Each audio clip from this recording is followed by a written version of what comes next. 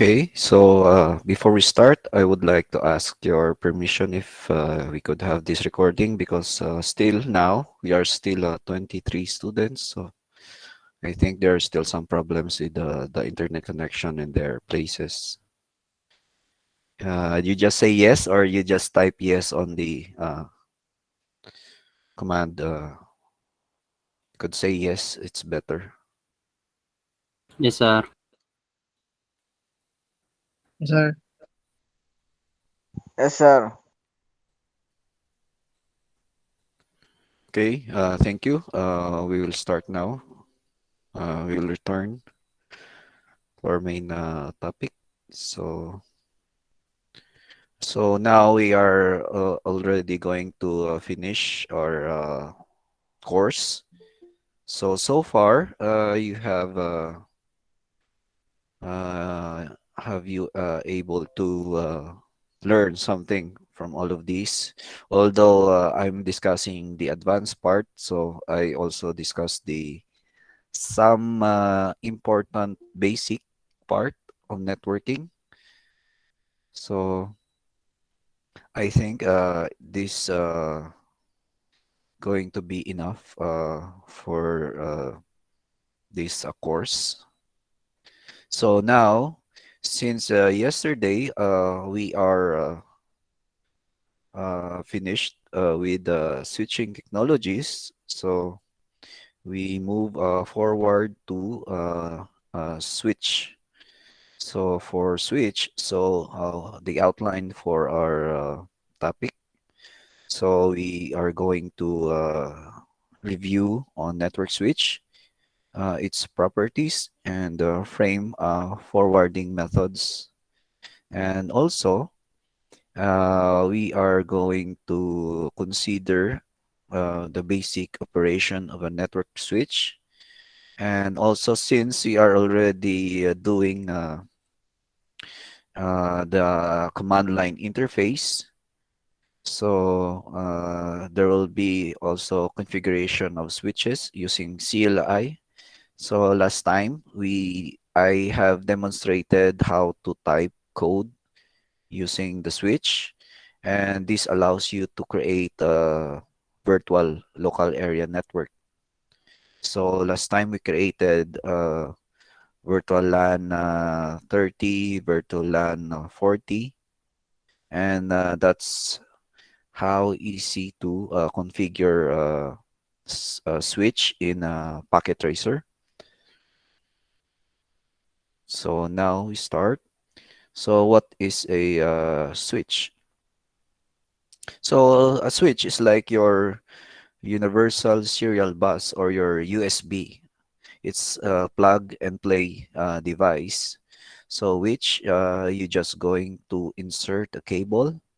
Then after that, if you're going to insert this connection media, it would provide power to the switch, and it would transfer frames from one device to another. However, in this lecture, we focus more on the advanced features of some switches, which enables administrator to fine-tune their network and for optimal operation. So in the diagram, as you see, you have a server, and this server allows packets to transfer to PC1. At the same time, PC2 can connect to PC3. So if you're going to apply this in a packet tracer, so you put a packet, uh, packet protocol data unit in PC2, and you put a PDU in PC2 and send data to PC3. So in cases where that happens, to relay the information, we use a switch. So PC2 transfer this. At the same time also, after you transfer information to PC3, it also gives information back to PC2, that's what we call the runtime message transfer. And take note, this transfer we are considering ICMP and ARP.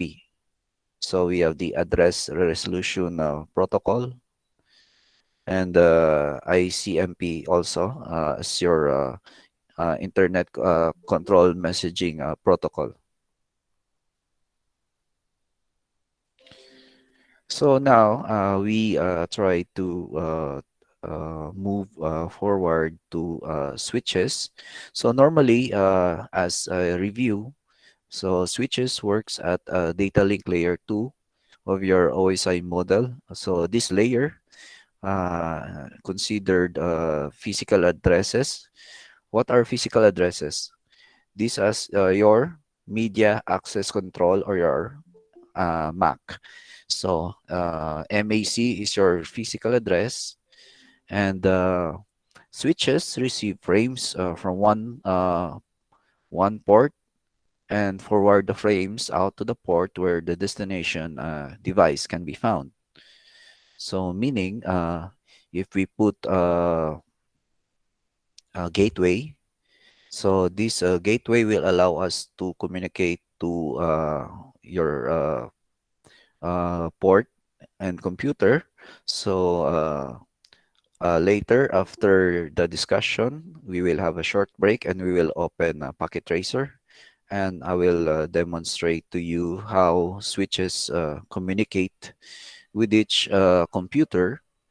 And in this way, switches usually flood broadcast frames out of all ports. When the switch receives a broadcast frame, it defined as a destination address of the binary ones, or you have FFF. So this is what type of uh, conversion, what type of FF, what do you think is this? This is a broadcast address in what type of number or character? Anybody? This is your hexadecimal. Okay. So meaning, if you have these two, F, F, so this is 255. This is the conversion of F and F character, and these are 8 bit. So if you put 1, 1, 1, 1, 1, 1, 1, 1, so you have 8 ones. So meaning this one is 8 bit, 8 bit, 8 bit, 8 bit, and 8 bit and 8 bit. But in this scenario, we are not considering it as 8 bit, but this is hexadecimal, or this is your 16-bit numbers, because we count from 0 to 9. Then after 9, you count from A to F. So we don't have number 10, but we have 10 hex. So this is hexadecimal. So you shall not read this as 10, 11. So you read hexadecimal values as 10 hex, 11 hex. So it's different from decimal. So that's how you read the broadcast frame in hexadecimal numbers. And I mean characters. So after this, the broadcast frame forwards the incoming frame out of all the connected ports except the port where the frame was received. So when a switch forwards a frame out all ports, it's referred to as a flooding the frame. So later, you will see there are some scenarios that there are some problems with these switches. But now we have this following. So each switch port is considered a collision domain. So why do you think collision domain? So this one has an example I created in Packet Tracer. So when we try to communicate from computer to computer, so it must be successful. And what is the network device here? This is your hub, and this is your switch. This is your switch. These are your workstations, and they have different address. Your gateway is just in class A, and after this, actually the switch doesn't forward collision information to any of its ports. This behavior limits a collision effect to only the device connected to the port. So each port is called a collision domain. So switch port can operate in full duplex mode. So when you say full duplex mode, it allows what?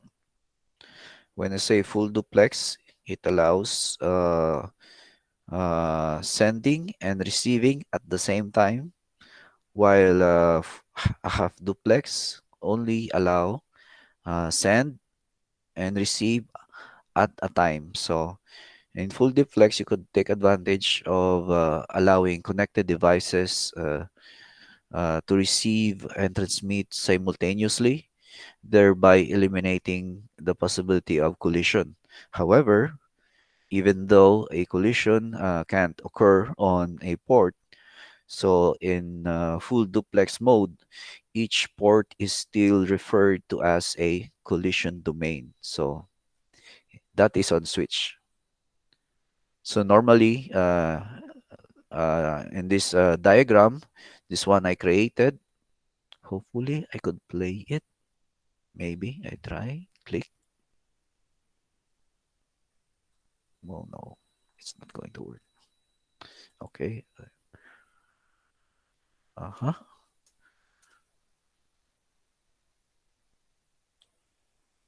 Okay. Now, this is what you see. When you see a burning flame, there is collision because in hub, normally, you're not allowed to simultaneously send packets or PDU. So when you see a fire, it means that there is collision between two packets, and we try to see again this PDU. Once it was delivered, it would be checked. Okay, we repeat. Okay, so green, this transfer here. This is your switch, and your this one will move here. So there's collision for green, so it's not going to be transferred. Now, what is the successful packet that was transferred?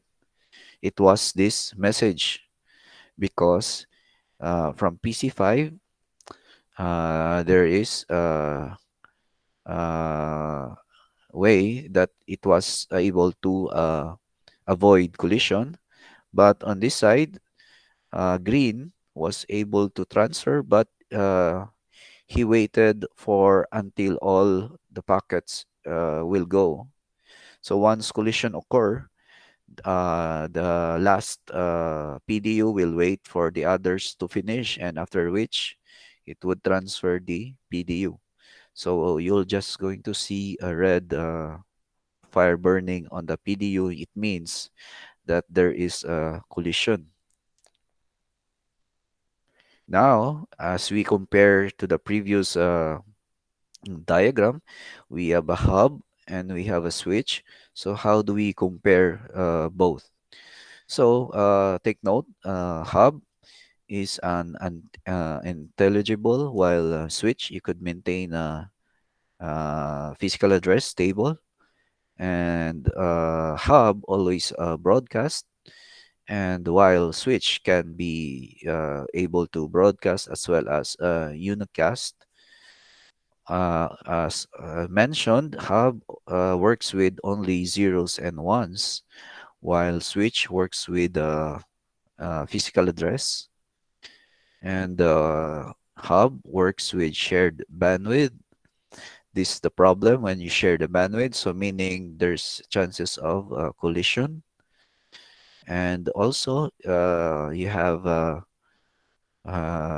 switch works with fixed bandwidth.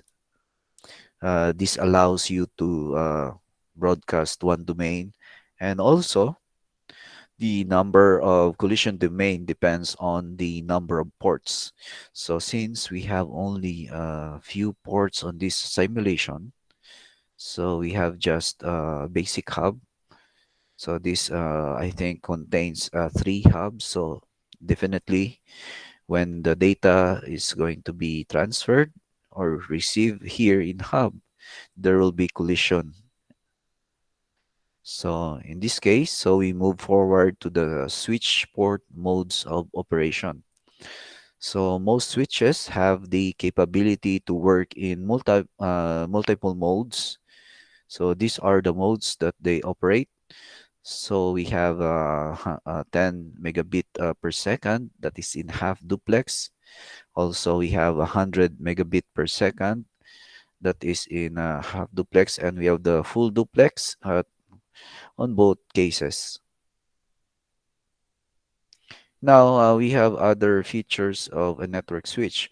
So there are some expensive switches that there is allowing auto negotiate mode, which means that it exchanges information with the device connected to a port and attempts to set the port operating mode to the highest performance. Setting the device supports if the device is set to operate at a particular speed and in duplex mode, a setting configured in the network interface card properties. For example, the switch sets the port to match the connected device setting. So this is how auto negotiate mode, which allows to uh, to allow switch to set port to match the connected device settings. We have also another option. So we have the AutoMdix. So this means media dependent interface crossed, in which the switch port detects the type of device and the cable it's connected to. If necessary, the port swaps its transmit and receive pins, which enables you to use a straight through or crossover cable, regardless of the type of the device you're connecting to the port. So this is the reason why we could connect a straight through and crossover cable to the network switch, because there is media dependent interface crossed. So that's how important this feature. And if the switch port also can be configured, if you want the classic one that you only use the straight through cable, so you could enable or disable. Now we are having this. So this is another property in the network switch table. It composed of primarily a MAC address pairs, which tells the switch where to forward the frame based on the frame destination at MAC address. When a switch is first powered on, however, the switching table first is empty because the switch hasn't learned yet the device that are connected to each port. So in this case, so when you try to open the Pocket Tracer, at first, if you try to run, it would going to be fail.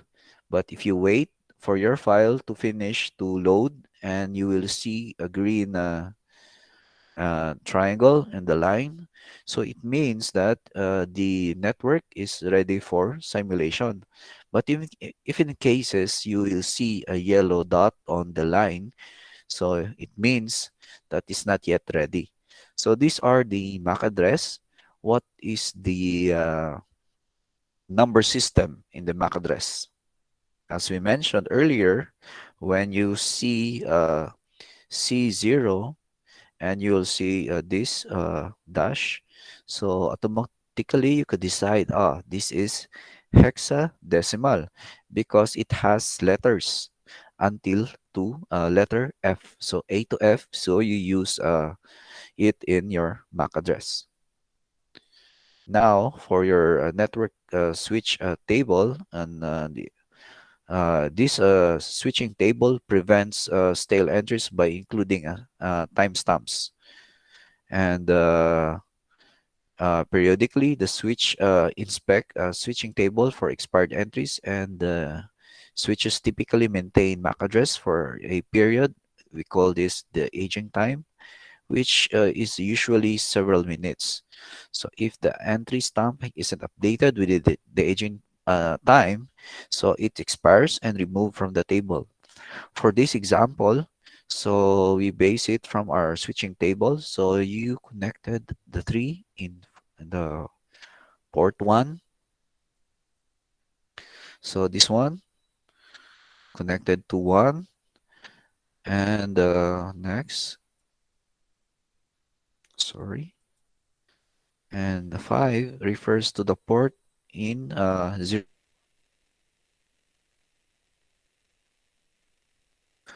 So switch 1 is connected to this point by using the network switch table. So that's how you put the number of ports. So it's based on where you put the physically the cable. Now we are having to discuss the uh, frame forwarding methods. The simplest and the fastest is the cut through, in which the switch reads only enough of the incoming frame and to determine the frame source and destination address. After the forwarding location is determined, the frame is switched internally from the incoming port to the outgoing port, and the switch is free to handle additional frames. So the best benefit from this method is speed, and also it has some disadvantages. It discriminately forwards frames containing errors. So the best thing is to tie up its bandwidth with frames that will be discarded. So on the next slide, we going to see how cut-through switching works. So this is your PDU. So it checks the MAC and match. So the PC sends Ethernet frame, and as soon as the additional MAC received, the switch makes a MAC lookup and forwards the frame to the computer. And that's how it uh, able to check. And it's like cutting one part, and so I need to check. So it's going to move the frame to another station, or forwards the frame to PC2. So that's how we forward frame to one computer to another computer by using a switch. So you need to identify the match, and after you identify the match, so you are now going to be connected to the another computer. Now for the second method, we have the store forward switching, which requires the switch to read the entire frame into its buffers before forwarding it. The switch first examines the frame check sequence, or FCS field, to make sure that it contains no error before it is forwarded. So if an error is found, the switch discards the frame. And this method has the advantage of conserving bandwidth when many frames contain errors, and the disadvantage is that the entire frame must be read, and it is stored in memory. So, and uh, and examined before it can be forwarded. So this process takes time and shows the network slows the network slightly. So this is how store and forward switching works.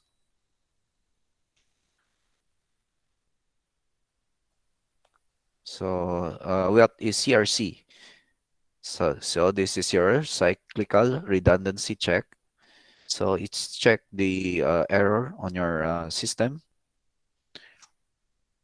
So inserted in the FCS field, and the switch stores the frame and calculates the CRC value and check against errors. So if no error, it would be forwarded. Now for the last switching method, we go with fragment-free switching, in which it reads the frame to guarantee that it's at least a minimum size of for the network type. For the Ethernet, so normally we check the on fragment-free switching 64 bytes. And one type of frame error that can be occur in the network is frame fragment, meaning the frame is damaged because of collision or malfunctioning device such as the network interface card or hub.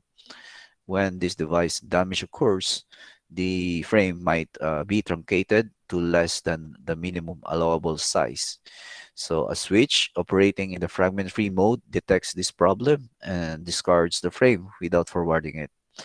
So the next diagram will show us the fragment-free switching. So your 64 byte is here.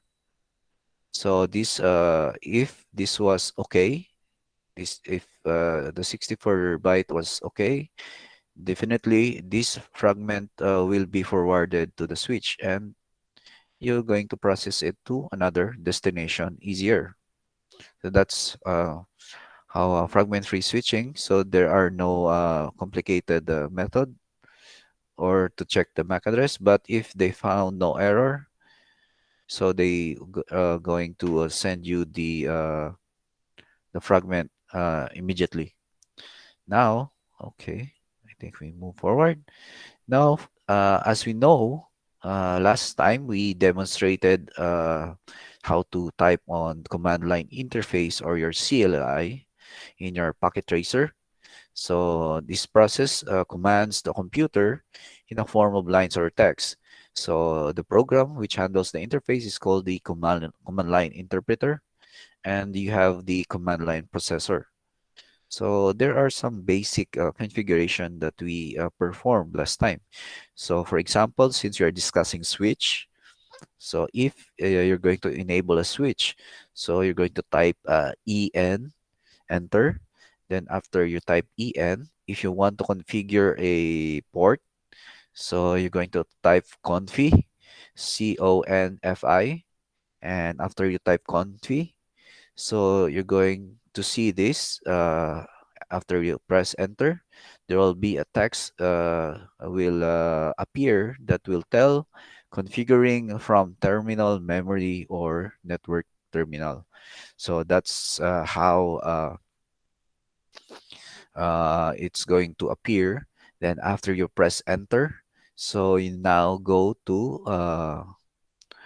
switch config, and if you want to configure the interface F01, so you're going to press enter, and you will see when it is successful, so you will see a message that is a switch config dash if. So in this way, you could command any applicable command that you want to configure in F01. And I think we have example last yesterday. I already sent you the sample packet tracer file that you could try to simulate. And after you're done configuring, you need to press exit. And if you're not yet finished, so you could still type again. No? enable config and type interface. Now, if you want to cancel your command or CLI, cancel this code, so you need to press Control Z. That would end the configuration. But you could not configure if you're not on the status of uh, if you did not reach the config status, so you could not configure. So I think we move to the next topic on the advanced switch features. So these are one of the last topic in switching technologies. So advanced switch features. Usually we refer to smart switches or managed switches because they help you as an IT specialist to design an efficient, reliable network. And the next slides will discuss the following features. So first, we have multicast processing. So multicast frame contains as its destination a special address that signifies one or more computer or devices. So in this example, we have disk imaging programs that uses multicast frames. So for example, when a computer classroom or laboratory is configured, one computer can be configured with all the application the classroom needs. And then the exact disk is made and stored on the server. Then after it was stored in the server, the image is transferred by using multicast frames to only the computers and that require it. So and running the application that's listening to it for a particular multicast address. So the image is sent only once, and only the computer running the disk imaging program receive the frames. So this is an example of a multicast processing. So it means, for example, if you have the same file, or if you want to project the image from the first computer to another computer, so it would flood, but the port, but it would forward the frame only to the ports that have registered to have multicast address. So you could send uh, information or image at the same time with multicast processing because it's not a problem for them because it allows more than, I think, more than two, more than three. You could do multicast, but it depends on what will be the application. Now for the spanning tree protocol. So these are switches and hubs are designed to accommodate redundancy and multiple paths in the network. However, using redundant switches can also cause network administrator worse nightmares. That is what we call a switching loop. So what is a switching loop? So it occurs when switches are connected in such a way that it's possible for frames to be forwarded endlessly, and the switch to switch ends in an infinite loop. So the frames are forwarded and also just stay within them. That's the problem with the spanning tree protocol. But the third, we have the virtual local area network. So last, the lecture 4 and 5, we discuss most of the time virtual local area network. And it enables you to configure one or more switch port and into a separate broadcast domain. A switch with two or more VLANs are configured effectively and divided into logically disconnected networks. And in other words, so it's like separating the switch into two or more switches that aren't connected to one another. So how this question, how do you communicate with virtual networks or broadcast domain? What would be the answer? Anybody? How do you how do you how do you how do you communicate with the virtual network or broadcast domain? So what can you see on the diagram? How they communicate? What is the answer? Anybody?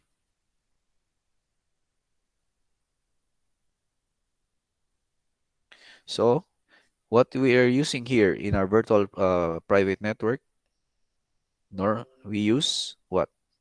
We use your router. So the answer is router. So in order for you to communicate, you need to have a router between two VLANs. Okay?